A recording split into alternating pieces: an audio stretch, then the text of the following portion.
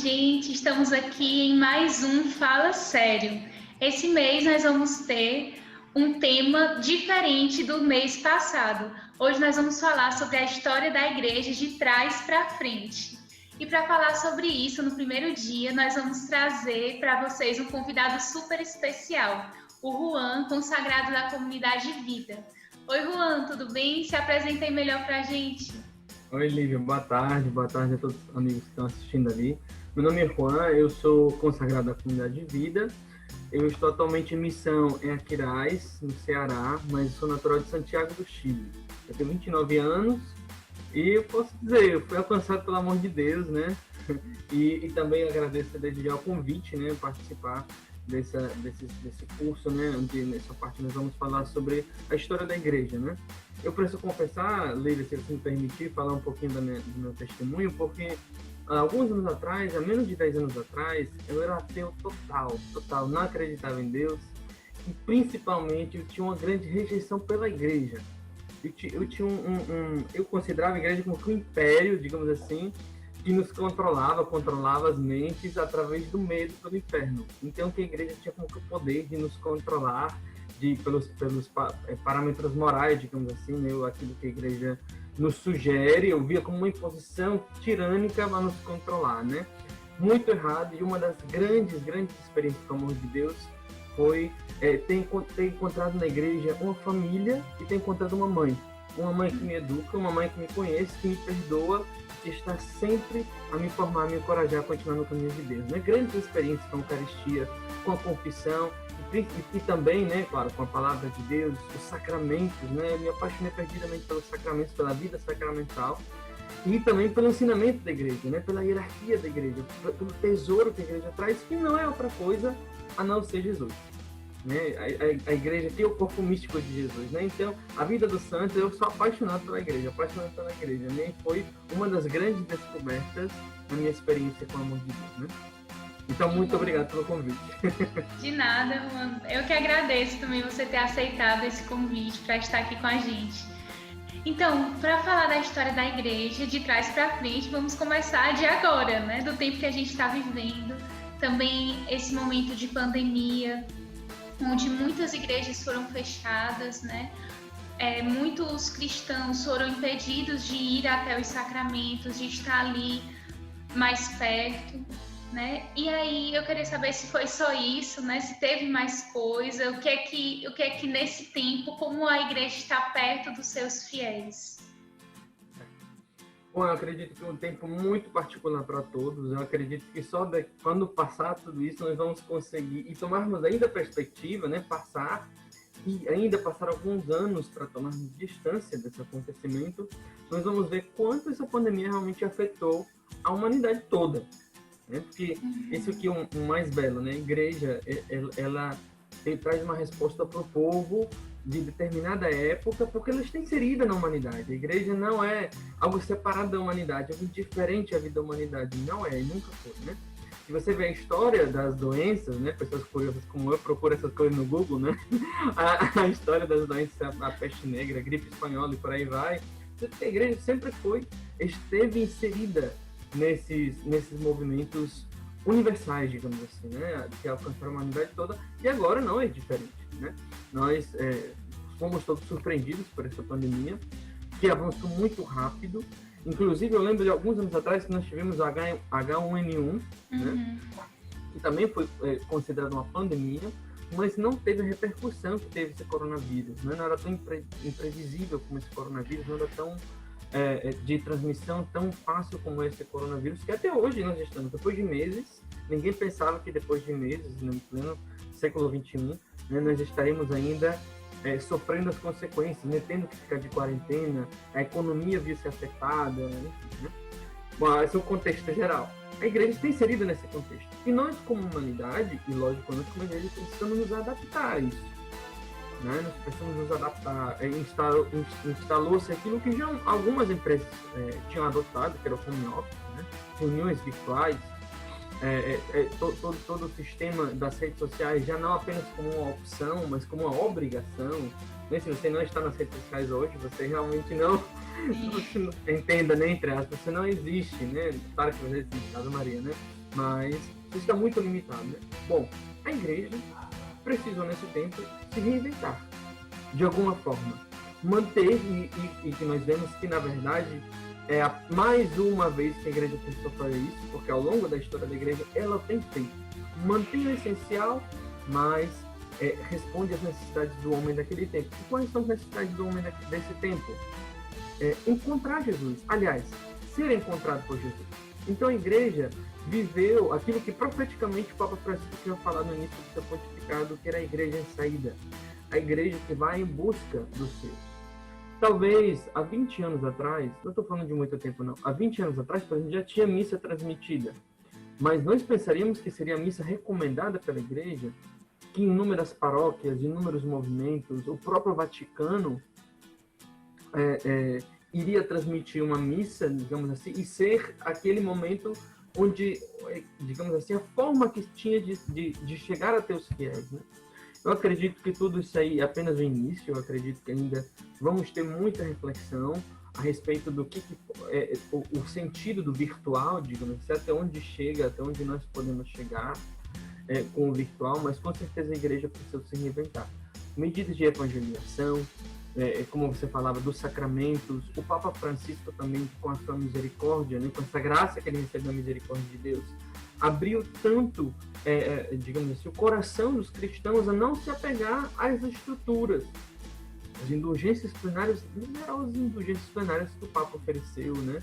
Que o Papa, né, porque ele tem um ministério, né, o vigário de Cristo na igreja, ele ofereceu perdão aos fiéis que, inclusive, não podem se aproximar da confissão, né?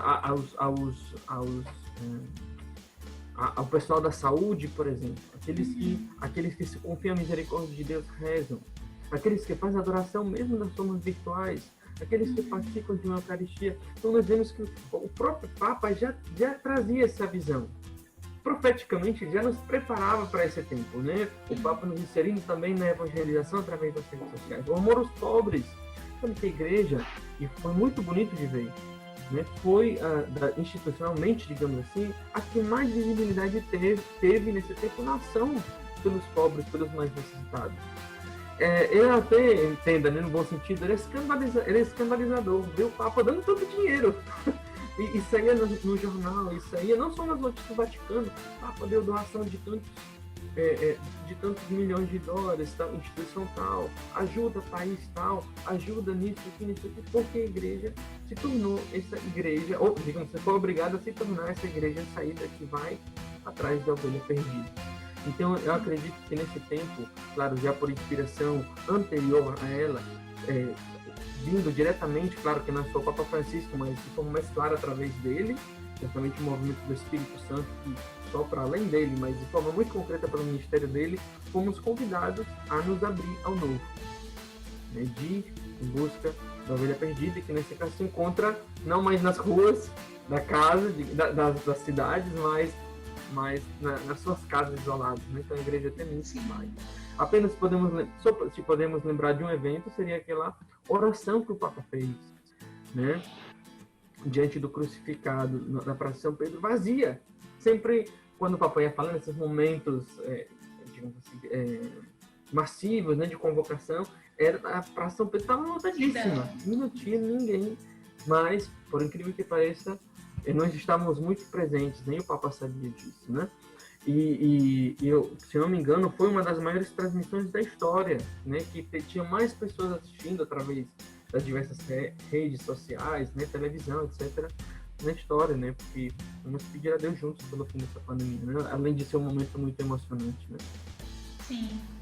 Você ia falando, né, da igreja que ia se reinventando e tudo. E eu me lembrava de uma frase de Chesterton, acho que eu não vou conseguir citar literalmente, mas que ele vai falando assim, naquele livro Todos os Caminhos Levam a Roma, né? Ele vai dizendo que a igreja, ela não precisa responder às ideologias, porque as ideologias, elas vão passando por si. Ela responde ao homem, né? A necessidade do homem. Também. Pois é. Juan, e você que contou pra gente no início, né, que não gostava da igreja, que não acreditava nem em Deus, teve a oportunidade de estar com o Papa, né? Sim. De falar para ele como foi esse momento, quando foi, como foi para vocês? Bom, uma experiência, vou tentar descrever aqui, mas com certeza a experiência pessoal é indescritível, né? Eu precisaria começar um pouquinho antes, né? A minha conversão, que eu não vou contar detalhadamente, se deu no dia da Divina Misericórdia. Então, sempre foi muito forte para mim a presença da misericórdia de Deus, a condução da misericórdia de Deus. Depois, quando tive a minha experiência com Deus, senti-me chamado à vida consagrada, fui enviado, né, numa Santa Eucaristia, nós rezamos pelo meu envio em missão, que nós chamamos de missa de envio. Eu fui enviado no dia da Divina Misericórdia também. Depois, alguns anos depois, já estava em missão e fomos para a Jornada Mundial da Juventude com o Papa Francisco na Polônia, na terra da Divina Misericórdia, que é onde nasceu a devoção à Divina Misericórdia, por Santa Faustina Kowalska, e por São João Paulo II, grande promotor apóstolo da Misericórdia. Eu tive a oportunidade de ir lá, visitar o santuário, foi muito forte a experiência de estar lá. E eu fui convidado para rezar um mistério do Terço da Divina Misericórdia no palco central, diante de todos os jovens, né? Eu fui rezar lá, o mistério do Terço da Divina Misericórdia é 10 segundos, né? Muito rápido, né? Mas parecia uma hora no treino, né? Porque passou todo o filme da história na minha vida, de quando eu conheci o pecado e os vícios entranhados em mim, a libertação que Deus fez pela sua Divina Misericórdia. E naquele dia foi antes da chegada do Papa, né? Quando o Papa chegou, nós não estávamos mais em cima do palco, estávamos perto. E eu senti um grande desejo de conhecer o Papa, de falar com ele. Eu preciso falar com o Papa, fui rezar. Eu comentei com alguns irmãos, né? Brincando, meio sério, né? Uhum. Eu lembro que falei com Moisés, né? O fundador da comunidade, falou: Moisés, se você for falar com o Papa, precisar de alguém que vá contigo, me leva, eu falo espanhol, né? Eu faço tradução, né? Fica falando brincando. E aí passou alguns meses, eu fiquei com essa inquietação: eu preciso falar com o Papa. E eu não recebi uma ligação alguns meses depois de um irmão sacerdote que estava organizando uma peregrinação a Roma da comunidade. Nós, como comunidade, pela ocasião dos nossos 35 anos, peregrinamos juntos a Roma, em setembro do ano 2017. E alguns meses antes, me contato separado e disse: Juan, eu queria saber se você vai para conversar. Eu disse: claro, isso aí não perco não, né? Eu vou, claro. Aí ele disse: não, porque eu estou preparando aqui um encontro com o Papa, e nós pensamos que 3 jovens pudessem falar com ele, contar um breve testemunho e fazer uma pergunta. E eu queria saber se você podia ser um desses jovens, né? Aí disse: claro, né? Claro, obviamente fiquei extasiado, não acreditava, achava que era brincadeira, né? Mas depois de alguns meses, em setembro, nós fomos em peregrinação a Roma e tivemos esse encontro com o Papa, né? E eu fui o primeiro dos 3 jovens a fazer uma pergunta para ele. Me contou um breve testemunho. E depois fizemos uma pergunta para ele e foi muito emocionante. Eu lembro, né, fiz a pergunta, era sobre a misericórdia, né? Eu disse como podemos manifestar a misericórdia de Deus, evangelizar, comunicar a misericórdia de Deus no mundo sem fé, sem esperança. E ele me respondeu assim: Juan, aí olhou nos meus olhos, aí só um parênteses, o cara não tem experiência igual. Aqui o Papa olha nos teus olhos e diga teu nome. Não existe essa experiência igual, porque assim, é Jesus e depois o Papa, entendeu? Assim, não tem nada no meio, entendeu? Aí falou, e ele fala justamente da misericórdia de Deus. Ele diz assim: Juan, a misericórdia de Deus, ela tem uma predileção pelos mais pecadores. Contando a tua, vendo a tua história, ele disse: eu lembro de Lucas 15, a volta do filho pródigo, e me faz pensar que Deus é como esse pai que nos espera sempre, que nos espera, e que não apenas espera sentado, mas que ele sai para ver quando nós estamos perto de voltar para nos receber com um grande abraço. Essa é a misericórdia de Deus, né? Foi muito emocionante, porque a minha história foi muito marcada pela história do filho pródigo, porque eu vivi muito tempo longe de Deus. A minha família estava lá naquela minha mãe, meu pai e minha irmã, que também estavam junto comigo, passando por tempos muito difíceis, e o que hoje eles são da comunidade, também são missionários consagrados na Comunidade da Aliança. Então nós estávamos lá, foi muito emocionante, né? E eu acredito que dessa experiência, né, já falando também de uma grande contribuição que o Papa Francisco fez desde o início, né, do seu pontificado, até hoje faz, que mostrar Deus com palavras simples. Se eu pudesse falar sobre o pontificado do Papa Francisco, é que eu mais gosto do pontificado de Papa Francisco, é que ele é um homem muito profundo nas suas palavras, mas ele é um homem que traz o mistério de Deus para muito próximo de nós. Isso não todo mundo consegue fazer. Porque o que acontece? A gente corre o risco de ficar na complexidade, no profundo, das profundezas do mistério, que são, digamos assim, difíceis de compreender para nós, para o homem limitado. E, por outro lado, ficar na superficialidade, ficar nas figuras simplórias, no sentimentalismo. O Papa Francisco não é nenhum dos dois. Ele consegue incrível, e eu acredito que é muito difícil de imitar equilíbrio, né? Equilíbrio fantástico entre os dois. Porque a gente esquece, o Papa Francisco ele é jesuíta, e o próprio do carisma dos jesuítas eu estudo. Eles certamente não chegam a ser como os dominicanos, né? Como a ordem dos pregadores, né? Cuja santidade passa pela compreensão intelectual do mistério, mas eles são muito devotos ao estudo.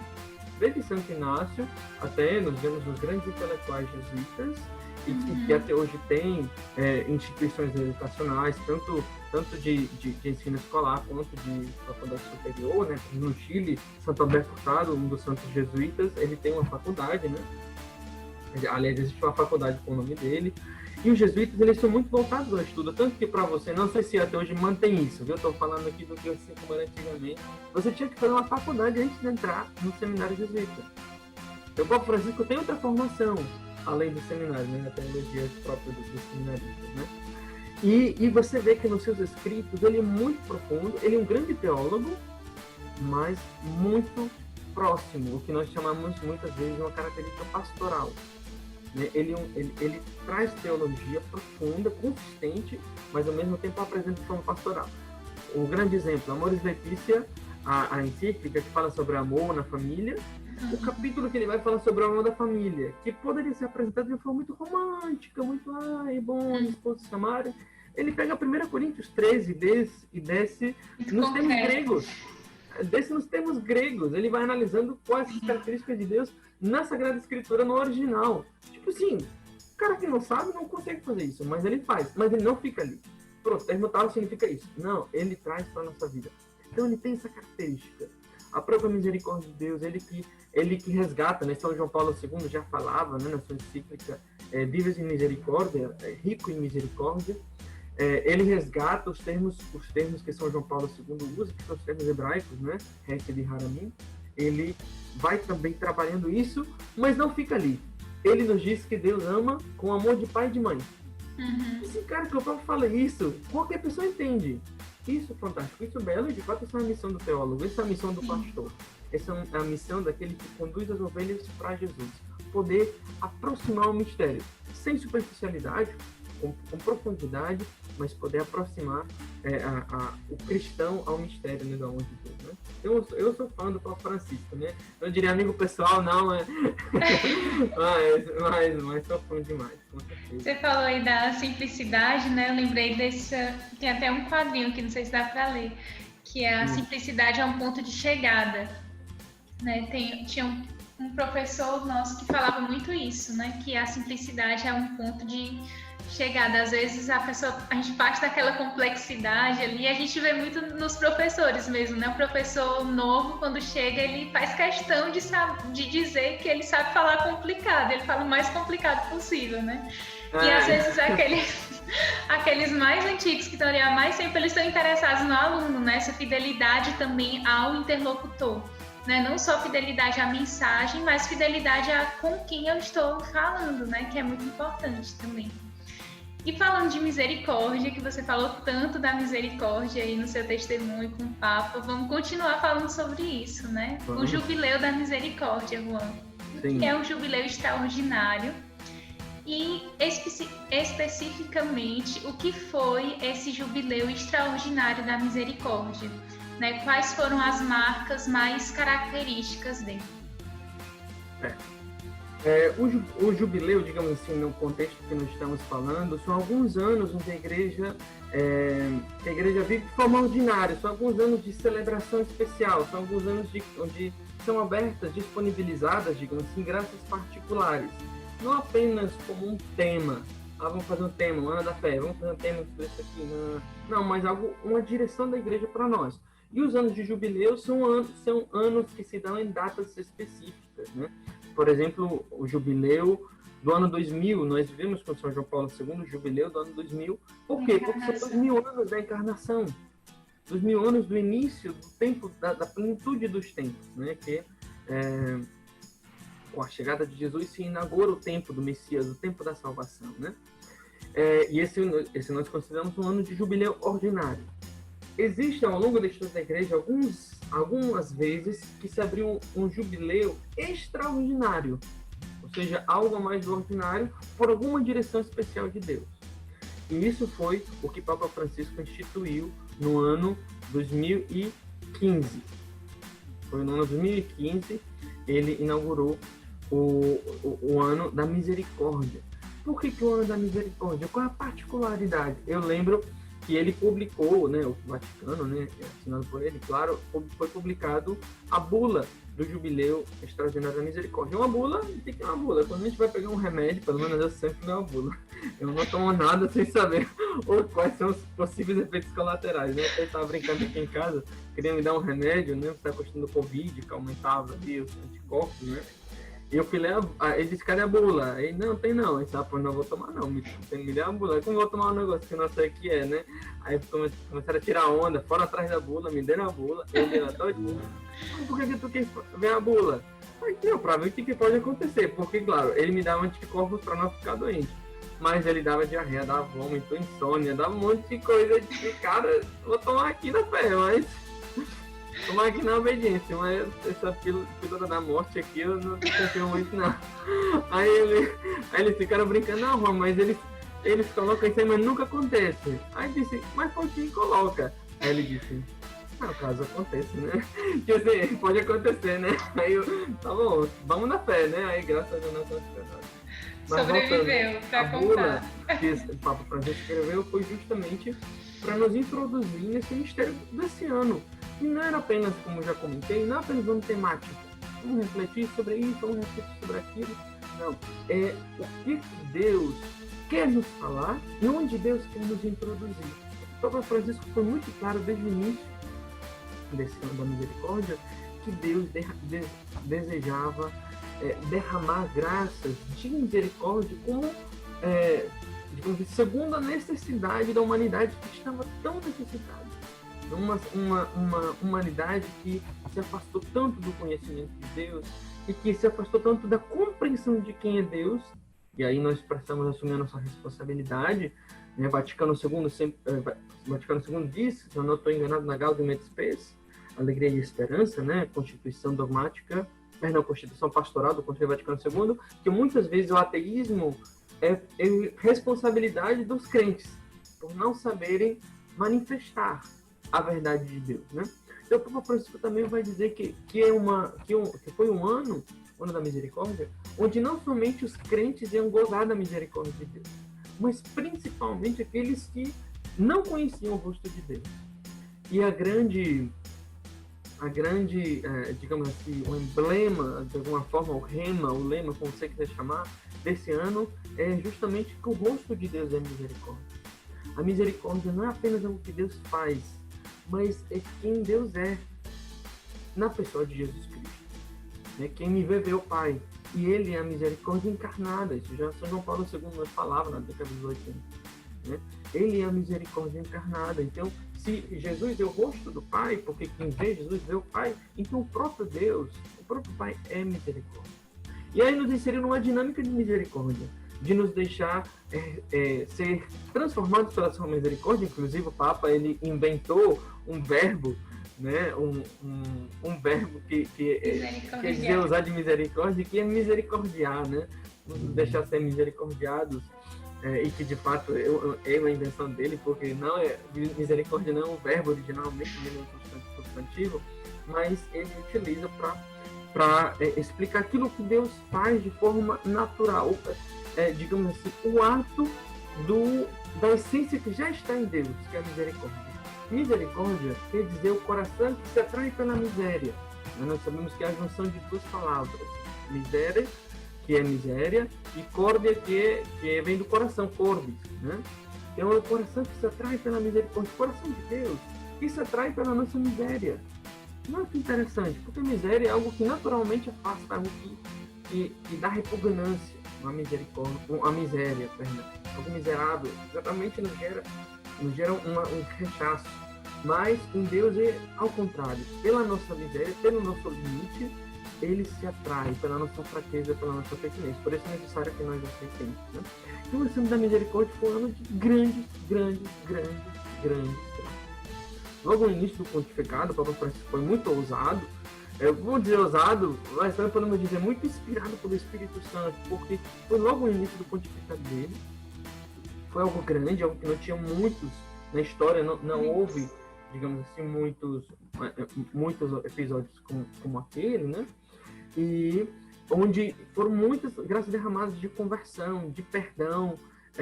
O Papa instituiu os portões da misericórdia, né? Onde em certas igrejas, quando você entrava, se você pedia, rezava, né? Tinha algumas, digamos assim, orientações de oração, você recebia indulgência plenária, né?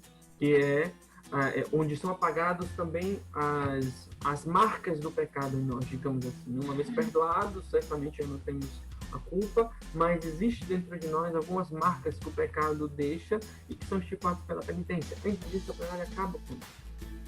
Né? Também deu a liberação aos sacerdotes perdoarem pecados que, em certo momento, era apenas liberado a bispos, né? Por exemplo, o pecado do aborto. Né? Por ser algo tão grave, por muito tempo era apenas o bispo que poderia perdoar esse pecado, absolver desse pecado. No ano da misericórdia, o Papa abriu exceções especiais para que também outros sacerdotes pudessem fazer isso.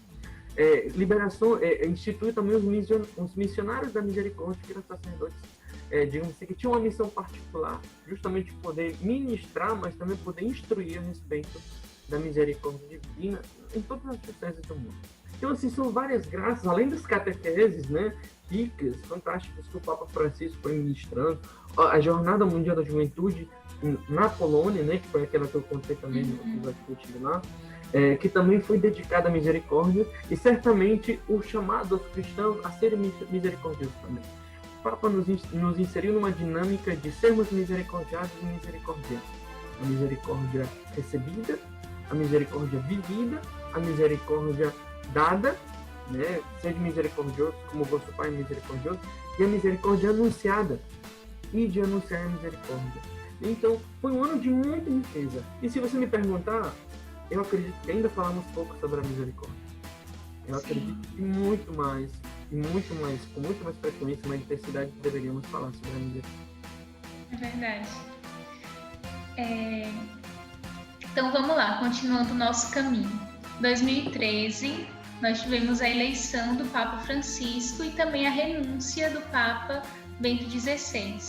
Então, o que é que você tem a nos falar, comentar sobre esses dois acontecimentos?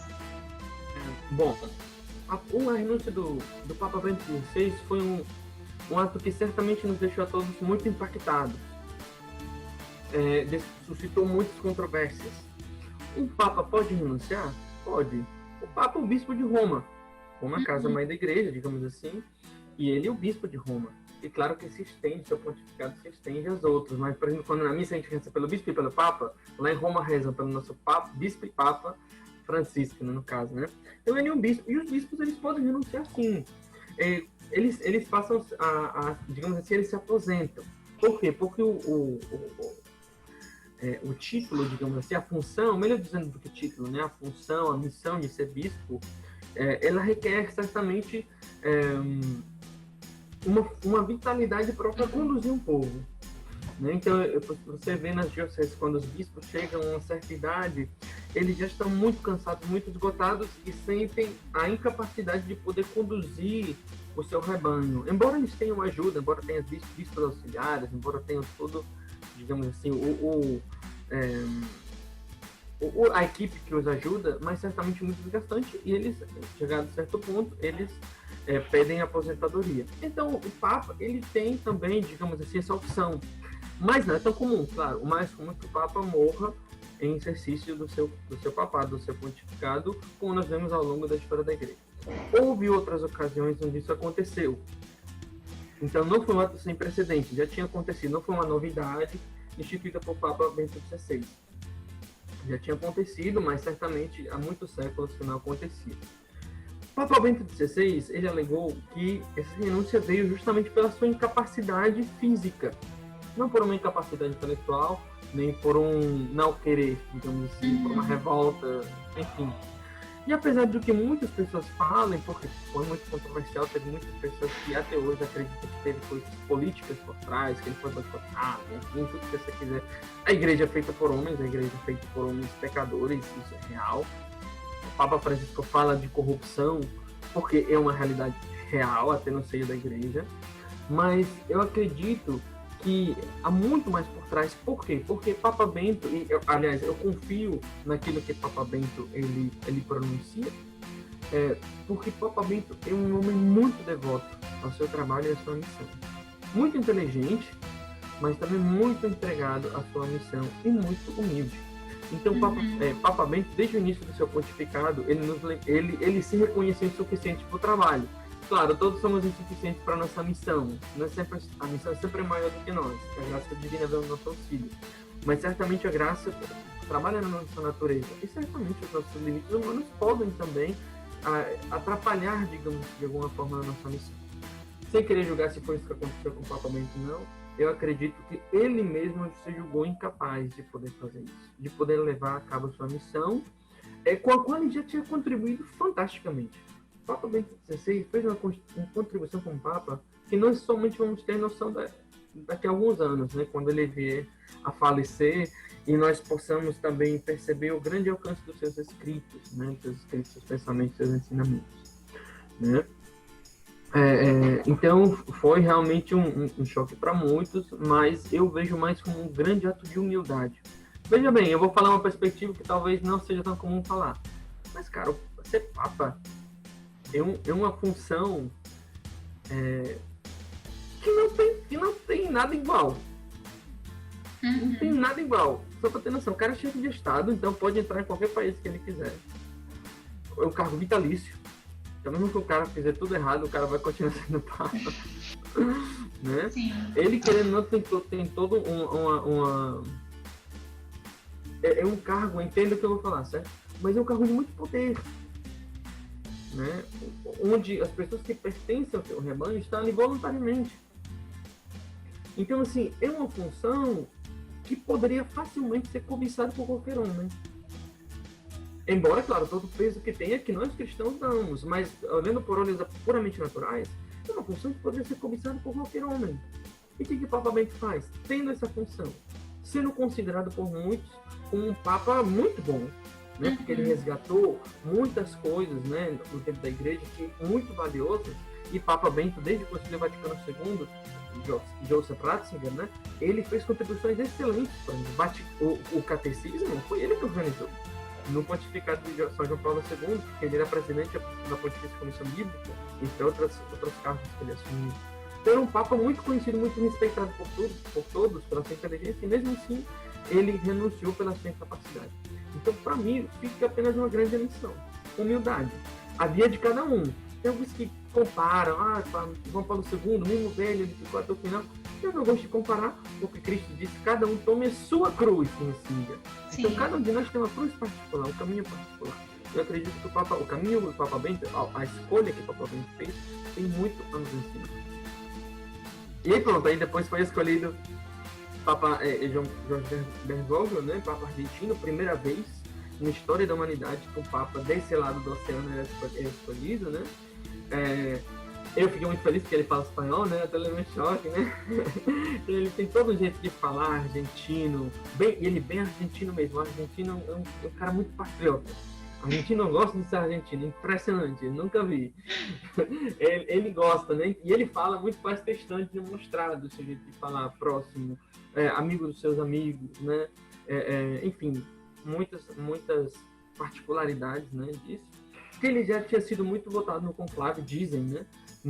Que escolheu Joseph Ratzinger para ser Papa Bento XVI, né? Então, foi uma surpresa para muitos, Inclusive, você falou que pela sua idade, porque ele já foi escolhido, ele já tinha uma certa idade, não lembro exatamente quantos anos ele já tinha, achavam que não ia ser um pontificado muito longo. Você se disse, né? Entre tantas coisas que se fala, né? O Papa vai durar aqui 5 anos, 6 anos. Estamos aí.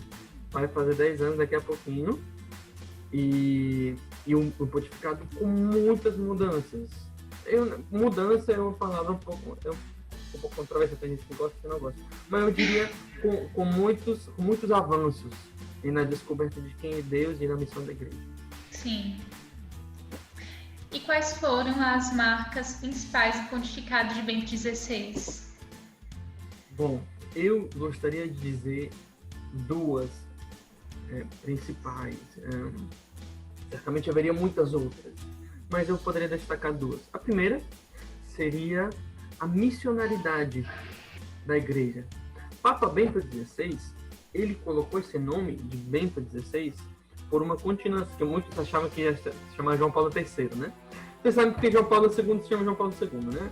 Porque por causa de João Paulo I. Tá, mas João Paulo I se chama João Paulo I porque ele quis colocar o nome do Papa que abriu o Vaticano II, foi João XXIII, e o Papa que o encerrou, Paulo VI, João Paulo. Porque ele via que a sua missão era colocar em prática aquilo que Deus tinha falado, digamos assim, no Concílio Vaticano II.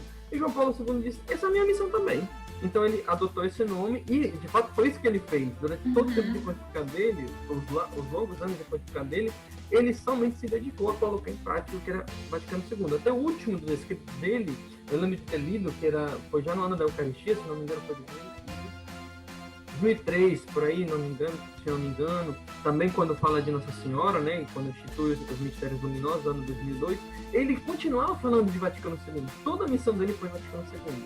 Agora, Papa Bento XVI, qual foi a, entre aspas, né, não mais adequado, mas a linhagem, né, digamos assim, a linha que ele quis continuar, foi de Papa Bento XV. Quem é Papa Bento XV? Papa Bento XV, um dos papas que no início do século XX, ele se dedicou muito à dimensão missionária da igreja. Ele, inclusive, escreve você lembra, né, de ter tido contato na formação, né, de escritos do Papa, onde novamente nos envia em missão, digamos assim, de procura renovar esse espírito missionário da igreja, que é constitutivo da igreja. Então, o Papa Bento XVI, muitos têm uma ideia dele, uma visão errada dele como um cara muito tradicionalista, como um cara um intelectualóide que fica na biblioteca o dia todo, mas Papa Bento só falou de missão. É impressionante. Ele fala muito de espiritualidade na perspectiva da missão. Ele fala muito de liturgia na perspectiva da missão. Ele fala muito, enfim, tudo que ele falou, digamos assim, até mesmo a sua própria reflexão sobre a pessoa de Jesus Cristo na Sagrada Escritura, é tudo voltado para a missão. Por exemplo, não sei se você já teve a oportunidade de ler Jesus de Nazaré, o livro, né, a trilogia, né, que ele escreveu, que ele mesmo deixa claro que não é uma obra pontifícia, um livro, uma busca pessoal dele por Jesus, pelo rosto de Jesus. Então, ele vai discorrendo através do método histórico-crítico, né, a abordagem teológica, que nasce do protestantismo e que ele pega as coisas boas, né, digamos assim, ele disse que não é ruim, não, mas está incompleto, tem que dar a interpretação tradicional da igreja. Ele junta as duas e nos dá uma obra fantástica a respeito de Jesus, né, muito completa, muito rica, e sempre na perspectiva da missão. Impressionante. Está falando dos temas mais profundos de teologia, mas de alguma forma ele volta sempre para a instauração do reino de Deus, para a pregação, para o anúncio pré-pascal e pós-pascal, né, por parte dos apóstolos. Sempre volta tudo para a missão, fala da universalidade do anúncio de Jesus. Então, assim, Papa Bento seria um cara que tem o coração para fora, no sentido positivo. É um cara que quer trazer todo mundo para dentro da igreja, porque é a missão de Jesus. Um cara apaixonado pela evangelização. Claro, nós somos pessoas limitadas e sempre tentamos associar, nós julgamos por aquilo que vemos. Ele tem um jeito dele, alemão, né? Então, ele sempre tem um jeito muito sério, digamos assim, né, publicamente. Diferente do Papa Francisco, que ri, que faz piada e tudo mais, né? Jeito latino, né? E é muito engraçado, porque é um jeito de ser de alemão. Eu já tive a oportunidade, foi muito engraçado de evangelizar alemão. E eu falando meia hora, contando testemunho, não sei o que, o cara só olhando assim. Nem uma risada, Não sei o que você acha? Tá bom. Você gostaria de... Posso rezar por ti? Pode. Quer dizer, por ele, tá bom, acabou. Aí no final ele diz assim, obrigado, foi a melhor conversa que eu já tive na minha vida. Tipo assim, pra ele foi uma conversa fantástica. Eu achava que o cara tava assim, querendo que eu fosse embora logo. Só que o jeito dele, né? E Papa Bento, claro, muitas vezes não expressava tanto, embora, claro, que tem muitas ocasiões onde ele expressa abertamente esse humor, essa alegria, essa espontaneidade, mas talvez não tão evidentemente como outros, né? Enfim, mesmo tendo esse elemento, ele era um cara que queria trazer todos para perto. Então, esse seria o primeiro elemento que eu destacaria do pontificado dele. O segundo seria o diálogo com o diferente. Papa Bento, olha, eu nunca li, eu também não sou um cara muito conhecedor, mas assim, eu considero o Papa Bento um dos caras que mais dialoga com o diferente. Ele não é fechado, ele não tem medo de se enfrentar ao diferente. Eu nunca vi um Papa, por exemplo, que citasse Nietzsche numa encíclica para contrapor, para dizer qual a visão do amor, qual a visão do prazer, né? Na encíclica Deus é Amor, Deus Caritas, ele vai falar do prazer na visão cristã e ele vai dizer, Nietzsche fala isso. Peraí, Papa estudando Nietzsche? Como que pode, entendeu? Eu li também um livro que se chama Fé, Verdade e Tolerância. E ele começa esse livro falando assim, que Jesus Cristo é a salvação. E ele mesmo se pergunta, isso para nós cristãos é um grande anúncio de amor. Mas para quem não é cristão, é uma mensagem de intolerância. E no mínimo de arrogância. Claro, dizer que o Deus no qual você acredita é o único caminho de salvação é muito fácil. E ele começa a entrar sem medo na dinâmica das religiões.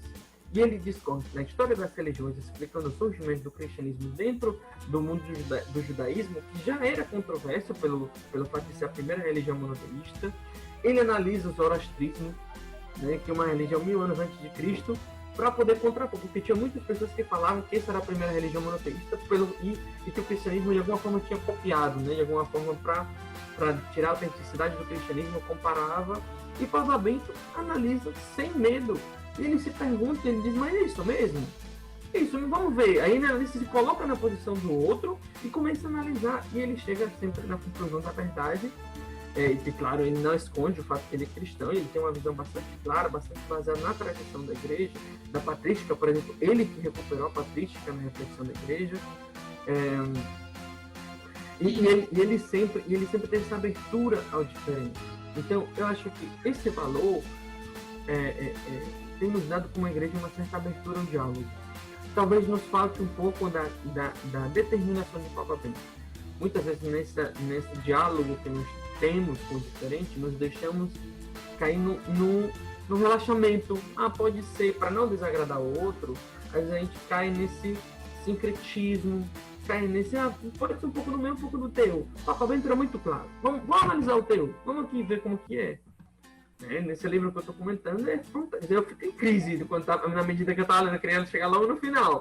Porque ele colocando como possível todas as digamos assim, as opiniões dos outros, né, que incluso eles eram estudiosos politeístas, ateus. Né? Ele citava, por exemplo, escritores hindus, né, queria falar sobre a religião como uma única religião. Então, todas as religiões são uma única religião. Aí ele falava, é verdade mesmo, porque aquele autor falava que todo homem se conecta com o divino, já é religioso, então pode se colocar tudo dentro do mesmo grupo. Aí outro cara falava, não, cada religião é diferente porque sua relação e compreensão com a divindade é diferente. Aí depois tem outro cara que falava, não, cada homem tem a sua religião, porque até mesmo eu acredito em Deus e me relaciono com Deus, com Jesus Cristo, a minha relação com ele é única. E provavelmente analisando cada um e qual é a verdade, entendeu? E ele vai depois dando as suas conclusões. Então, para mim, isso fica muito forte do pontificado dele, e certamente também pelo pensamento dele, né? Teólogo fantástico. Talvez seria até o terceiro ponto, né? O amor pelo estudo, o amor pela verdade, o estudo dos grandes padres da igreja, né? Papa Bento de ser apaixonado, ele mesmo falava que quando foi escolhido para ser Papa, o grande sofrimento dele, digamos assim, era que ele queria dedicar o resto da sua vida a estudar e escrever. E ele não podia, né? Porque tinha que cuidar do rebanho, né? Então realmente, ele nos deixou muito... foram traduzir as suas obras, né? Estão fazendo trabalho, vários bispos de vários lugares do mundo, traduzindo as suas obras. cara escreveu livros de livros. Livros de livros, são muitos livros, E foram perguntar para ele, né, por onde começar, né? Foi uma história que me contaram recentemente. Os bispos do Brasil foram traduzidos diretamente do alemão para o português. Perguntaram por onde começar. Ele disse, comece pela liturgia. Aí eles pegaram tudo que o Papa Bento falou sobre a liturgia. Amigo, deu um livro desse tamanho. 5.000 páginas com uma folha de Bíblia, entendeu? Tipo assim, o cara escreveu só sobre a liturgia. Imagina quando for entrar no moral, quando for entrar em trindade, quando for entrar nas outras áreas, né? Porque ele foi um cara muito devoto ao conhecimento da verdade. Muito devoto ao conhecimento da verdade. O Papa Bento era um cara que não tinha medo de encontrar a verdade. Eu acredito que isso nos falta muito. E se Deus quiser, Ele nos dê essa herança, né, como igreja, né, a todos nós. A quem procura a verdade através da formação, da Sagrada Escritura, do estudo da Palavra de Deus, da teologia, enfim. Mas que Deus nos conceda também essa graça para encontrarmos a verdade. Só quem procura encontra, né? Sim. Então, Juan, a partir daquilo que a gente foi vendo hoje, o que é que você acha que fica para nossa vida cristã? Assim, o que é que a gente pode pegar, né, desse tempo da igreja de 2020 até 2005 e colher como fruto para vivenciar, assim? Nossa, não sei, teria que pensar. Eu não estava preparado. Porque muita coisa, são muitos elementos, assim, mas acredito que algo comum que se vê hoje, que nós podemos ver que tem uma certa continuidade, né? Papa Bento, Papa Francisco, seria justamente essa igreja em saída, essa igreja missionária, né? De percebermos que a essência da igreja é a missão. A missão não é apenas algo que a igreja faz, uma das tantas coisas que a igreja faz. A missão, e com a missão me refiro explicitamente ao anúncio de Jesus Cristo. Nós vivemos numa sociedade que se perde com muitas coisas, falta de misericórdia, falta de caridade, falta de proximidade, desordem sexual, desorientação moral, tudo que você quiser.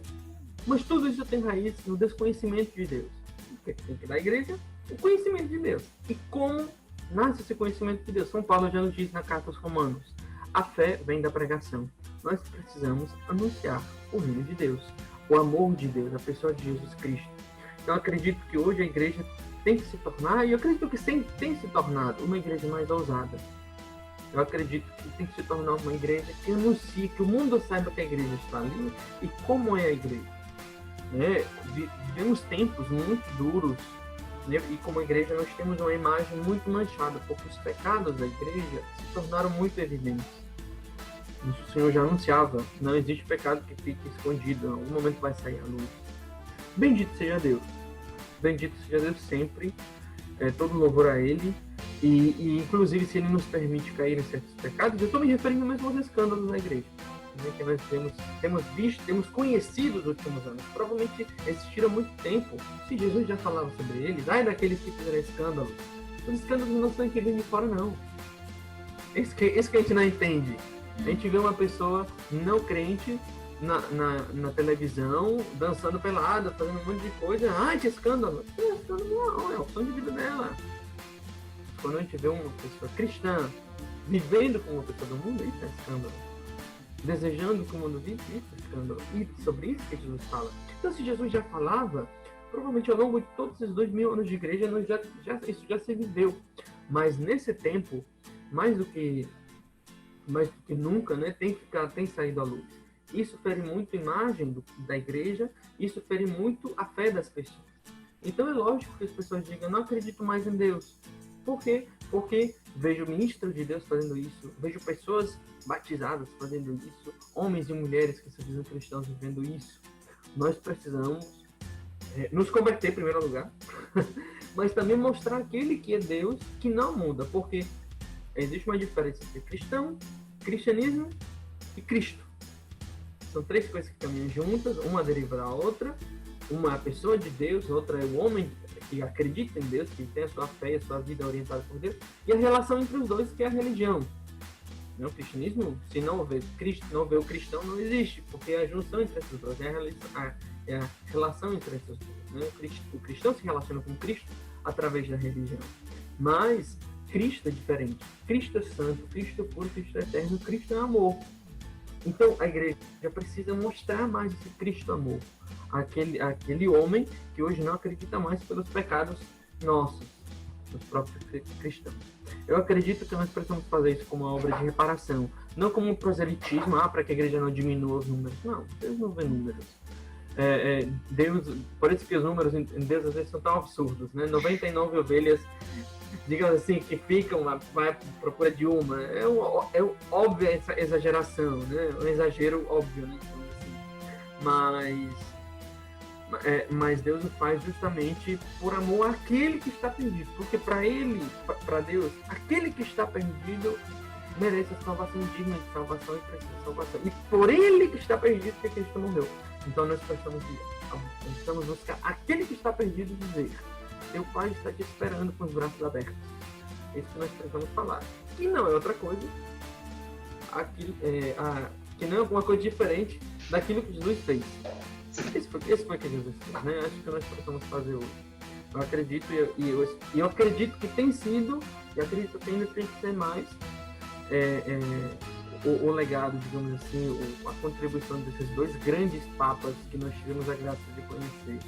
As próximas gerações vão querer saber como que era Papa Bento XVI, como que foi Papa Francisco, a gente vai falar com alegria, né? Não, quando saiu Evangelicado foi um negócio, foi uma reviravolta na igreja. Tinha pessoa que não aceitava, e o Joelho da Misericórdia também, e a pandemia, o que o Papa fez, e as tantas manifestações da proximidade de Deus que o Papa comunicou ao mundo, né? Só para finalizar, não sei se está perto do nosso tempo acabar, tá, né? Mas quando o Papa foi para o Chile, o Papa Francisco, ele tomou um avião, e num avião privado, né, tinha um casal de chilenos que eles não tinham se casado, eles moravam juntos há muito tempo, e eles tinham já filhos, tinham constituído a família, e ele perguntou: vocês são casados? Ele disse: não, Santo Padre, a gente não conseguiu se casar. A gente ia se casar no início, e por falta de recurso, a gente deixou, depois aconteceu isso, a gente não conseguiu até agora, a gente tá sem casar, né? Mas a gente queria muito e tal. Aí ele disse, aí você pode pensar, o Papa vê dois cristãos que, tipo assim, vivem fora da comunhão, estão em pecado mortal, o que ele vai dizer? Os pecadores se convertem, vão se confessar e se casar, pelo amor de Deus. Ele diz assim: vocês querem que eu case vocês? Então assim, agora eu caso vocês aqui no avião. Vocês querem casar? Queremos. Ele casou eles nessa viagem. E ele depois pegou um papelzinho, nós temos que ser um guardanapo pro bispo, pro pároco deles. Aí pronto, entrega isso aqui pro pároco. Perdão, me tomei a licença de casar os dois, fulano e fulana, Papa Francisco. Simplicidade. Você vê a simplicidade de um homem que conhece a Deus, cujo único interesse é que as pessoas também o conheçam. Amém. Então, muito obrigada, Juan, por ter aceitado o nosso convite. E é isso. A gente se encontra na próxima semana para falar sobre o Papa, não você, né? Outro convidado. Não se preocupe, entendi.